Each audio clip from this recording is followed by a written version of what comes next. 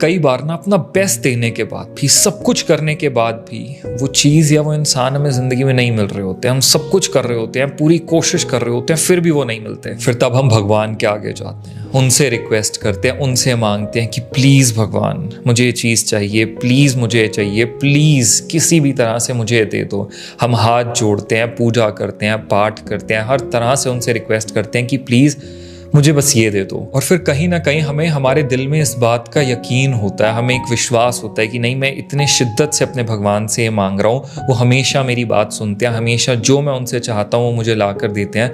तो ये चीज़ भी अगर मैं इतनी शिद्दत से मांग रहा हूँ तो वो मुझे ज़रूर देंगे, हमें विश्वास होता है इस बात का। लेकिन जब सब कुछ करने के बाद भी, भगवान से इतनी शिद्दत से मांगने के बाद भी वो चीज़ या वो इंसान हमें नहीं मिलते ना इस ज़िंदगी में, तब कहीं ना कहीं हम टूटते हैं, हमारा विश्वास टूटने लगता है। तब फिर कई बार हम भगवान से ही नाराज़ हो जाते हैं, उनसे ही लड़ पड़ते हैं, उनसे ही रूठ जाते हैं कि भगवान मैंने आप पे इतना भरोसा रखा, मुझे आप पे इतना विश्वास था, मैंने इतने दिल से आपसे एक चीज़ मांगी, एक इंसान को मांगा और मुझे पूरा भरोसा था कि आप मुझे उसे ला कर दोगे, पर आपने फिर भी मेरी बात नहीं सुनी, इस बार आपने मुझे अनसुना कर दिया। वहाँ पे हमारा विश्वास डगमगाने लगता है, हमें लगने लगता है कि शायद नहीं है भगवान, नहीं वो सुन रहे मेरी बात, नहीं है वो मेरे साथ। और देखा जाए तो इसमें कुछ गलत भी नहीं है। अगर आप किसी की तरफ, अपने भगवान की तरफ इतना विश्वास रखोगे, आपको इतनी होप्स होंगी, इतनी एक्सपेक्टेशंस होंगी उनसे कि वो मेरी बात जरूर सुनेंगे, और फिर भी आपकी बात ना सुनी जाए, आपकी विशेस फुलफिल ना हो, तो ऐसी फीलिंग मन में आ सकती है। सबके कभी ना कभी ये बात मन में आती है। तो इसी के अराउंड आपको एक चीज बताता हूँ। जब भी हम कभी गुरुद्वारा साहिब जाते हैं ना, आप में से जो लोग गए होंगे उनको ये बात पता होगी कि गुरुद्वारा साहिब में अरदास होती है, सुबह दोपहर शाम, समाप्ति की, प्रारंभता की,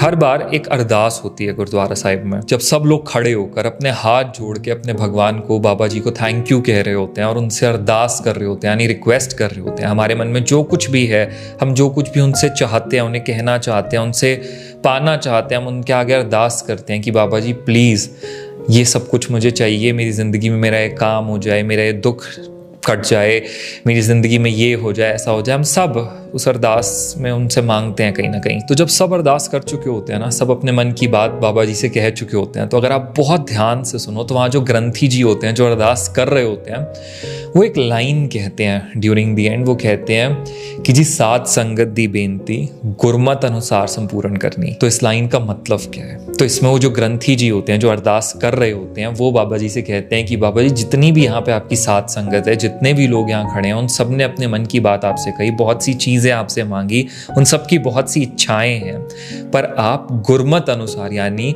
आप अपने अकॉर्डिंग जो आपको सही लगे वो इन्हें देना। ये आपसे मांग तो बहुत कुछ रहे हैं, हम आपसे मांग बहुत कुछ रहे हैं, पर आप हमें वही देना जो आपको हमारे लिए सही लगे। एंड ट्रस्ट मी, ये एक बहुत बड़ी बात है, एक बहुत बड़ी लर्निंग है। हम ना इस चीज़ को समझते हैं, हम सब इंसान हैं, हमें जो सही लगता है अपने लिए, हमें उस वक्त प्रेजेंट में जो सही लग रहा होता है ना, आज मुझे लग रहा है कि मेरे लिए इंसान या मेरे लिए ये चीज़ बहुत सही है, बहुत ज़रूरी है, अगर ये मुझे मिल जाएगा तो मैं बहुत खुश हो जाऊंगा, या तो मैं हैप्पी होऊंगा।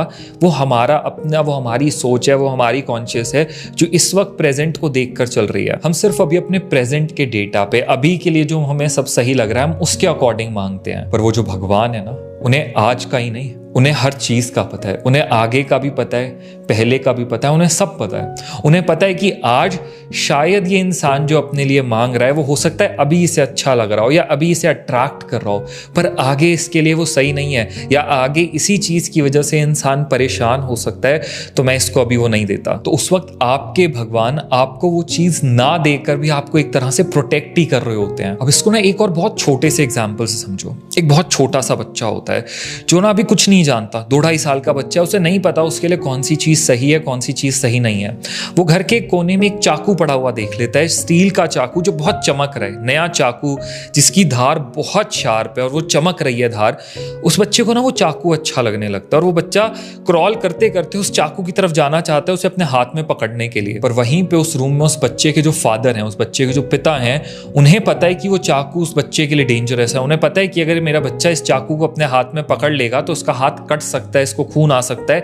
इसीलिए वो जाएंगे, फटाफट से उस चाकू को उठाकर उस बच्चे से दूर रख देंगे। बच्चा देखेगा कि पापा ने वो चाकू उठा के मुझसे दूर रख दिया, उस चमकती हुई चीज को मुझसे दूर कर दिया है, वो बच्चा रोने लगेगा, चीखने लगेगा, चिल्लाने लगेगा। तो इसका मतलब ये नहीं है कि अगर वो बच्चा रो रहा है, वो चीख रहा है, वो चिल्ला रहा है, तो उसके फादर लाकर वो चाकू उसके हाथ में दे देंगे कि ले बेटा चाकू पकड़ ले जिससे तेरा हाथ कट जाए। नहीं, वो उसको रोने देंगे, वो चीखने देंगे, वो चिल्लाने देंगे, कोई बात नहीं। उन्हें पता है अब ये चीख रहा है, चिल्ला रहा है, थोड़ी देर में अपने आप चुप हो जाएगा, पर वो चाकू मैं इसे नहीं दे सकता, वो मुझे इससे बहुत दूर रखना पड़ेगा ताकि ये खुद को हर्ट ना कर ले। बस इसी तरह से वो जो भगवान है ना, वो हम सबके पिता हैं, वो हम सबके फादर हैं, हम सबके गार्डियन हैं। उन्हें पता है कि कौन सी चीज, कौन सा इंसान हमारे लिए सही नहीं है।